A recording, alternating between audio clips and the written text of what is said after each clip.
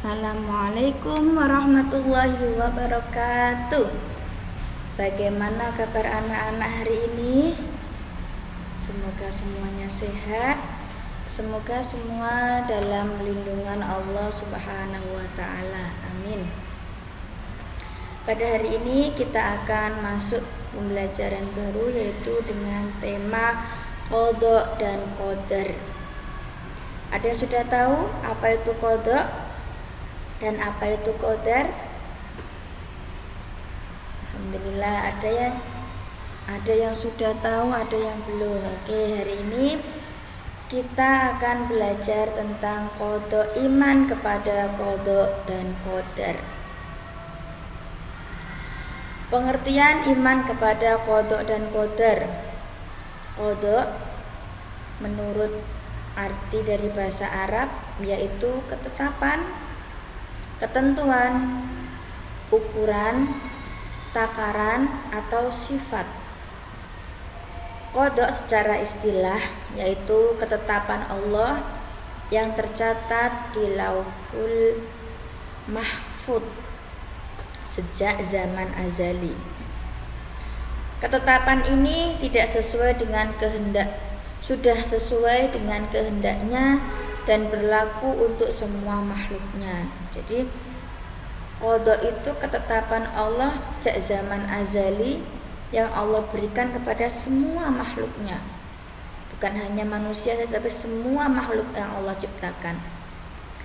Sedangkan qadar adalah takdir secara istilah, ketetapan atau keputusan Allah yang memiliki sifat kuasa atas segala ciptaannya, baik berupa takdir yang baik maupun takdir yang buruk. Kalau qada itu ketetapan Allah dari zaman azali, sedangkan qadar adalah takdir. Jadi kalau qadar itu sudah terjadi. Selanjutnya yaitu ciptaan Allah semuanya butuh proses alam atau mengikuti hukum sebab akibat. Ada kalanya ciptaan Allah terwujud seketika tanpa proses, yakni sebuah al-amru. Jadi Allah bisa menciptakan sesuatu tanpa proses. Beda dengan Allah menciptakan manusia dari segumpal darah dan lain sebagainya sampai berkembang menjadi janin yang besar. Tapi kalau Allah sudah berkehendak kun fayakun, jadilah, maka akan jadi, seperti wujudnya Nabi Isa tanpa adanya seorang bapak. Jadi Allah berkehendak, apapun yang Allah kehendaki pasti akan terjadi. Ala lahul haqqu wal amru tabarakallahu rabbul alamin. Yang artinya ingatlah. Saya ulangi. Ingatlah, menciptakan dan memerintah hanyalah hak Allah. Jadi yang menciptakan dan yang memerintah itu adalah hak Allah. Allah yang berkuasa segalanya. Maha suci Allah, Tuhan semesta alam. Lanjutnya yaitu tentang qada dan takdir merupakan perwujudan atau realisasi dari qada. Hubungan antara qada dan qadar sangat erat dan tidak dapat dipisahkan. Qada ketetapan yang masih bersifat rencana, perlu garis bawahi. Kalau qada itu ketetapan Allah yang masih bersifat rencana, jadi masih bisa kita rubah. Dengan apa? Dengan usaha, dengan doa, ya. Sedangkan qadar itu sudah takdir yang sudah terjadi. Dalam kehidupan sehari-hari kita terbiasa menggunakan kata-kata takdir. Ya, takdir itu adalah nama lain dari qadar. Selanjutnya takdir dibagi menjadi dua, yaitu takdir mubrom dan takdir mu'alaq. Apa itu takdir mubrom? Takdir mubrom adalah takdir atau ketetapan Allah yang tidak dapat diubah. Jadi manusia tidak dapat mengubah takdir Allah tersebut. Contohnya adalah kematian. Allah tidak bisa menghentikan besok aja meninggalnya, nggak bisa. Manusia tidak bisa meninggalnya dimajukan atau dimundurkan atau bagaimana, nggak bisa, karena itu adalah kematian adalah contoh dari takdir mubrom, takdir yang tidak dapat dirubah.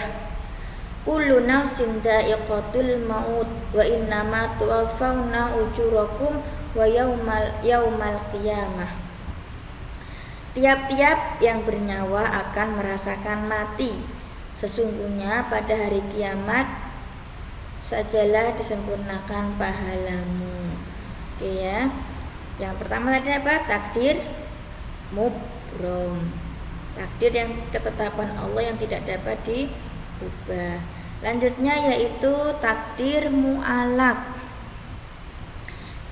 Takdir mu'alaq, takdir yang masih dapat diubah melalui usaha manusia. Tadi dengan doa, dengan usaha yang sungguh-sungguh, dengan kerja keras, ya, itu cara hamba merubah takdir Allah yang berupa takdir mu'alaq. Contohnya kita ingin kaya, kita berusaha dengan sungguh-sungguh, kita bekerja keras, insya Allah Allah mengijabahi.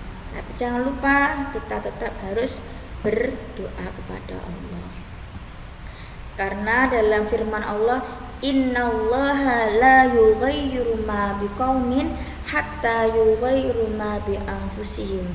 Sesungguhnya Allah tidak akan merubah keadaan suatu kaum sehingga mereka mau mengubah keadaan yang ada pada diri mereka.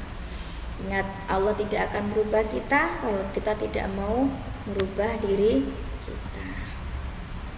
Fungsi iman kepada qada dan qadar dalam kehidupan sehari-hari. Apa tuh fungsinya? Yang pertama yaitu menghindari sifat sombong. Kalau kita sudah beriman, insya Allah kita akan terhindar dari sifat sombong. Karena aku loh orang kaya, aku loh paling pinter. Kalau kita kembali lagi iman kepada qada dan qadar, maka sifat sombong itu tidak akan terjadi kepada kita. Melatih berhusnudon. Apa itu husnudon? Husnudon adalah berbaik sangka. Kepada siapa? Kepada Allah dan kepada manusia atau makhluk lainnya. Yang ketiga yaitu melatih kesabaran. Dengan kita iman kepada qada dan qadar, kita akan menjadi pribadi yang lebih sabar. Yang keempat yaitu terhindar dari sifat ragu dan penakut. Jadi kita nggak ragu lagi ketika kita diberi oleh Allah sesuatu yang baik, yakin ini insya Allah terbaik buat kita.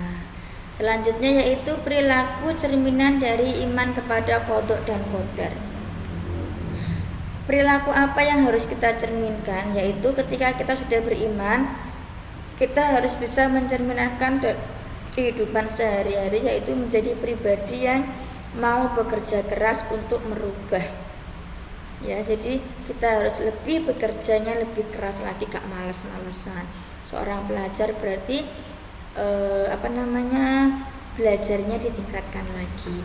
Tidak boleh sombong apabila kita berhasil meraih sesuatu. Tidak boleh putus asa.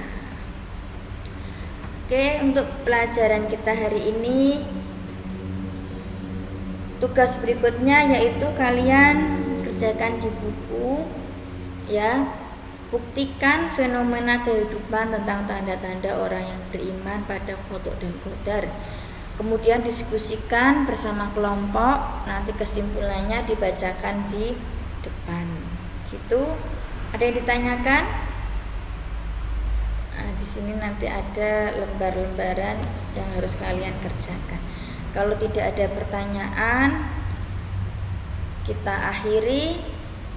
Sekian materi dari saya hari ini. Jika nanti ada sesuatu yang belum paham, bisa ditanyakan. Semoga kita semua dapat menerapkan dalam kehidupan sehari-hari. Kita akhiri dengan bacaan hamdalah. Alhamdulillahirabbil alamin. Wassalamualaikum warahmatullahi wabarakatuh.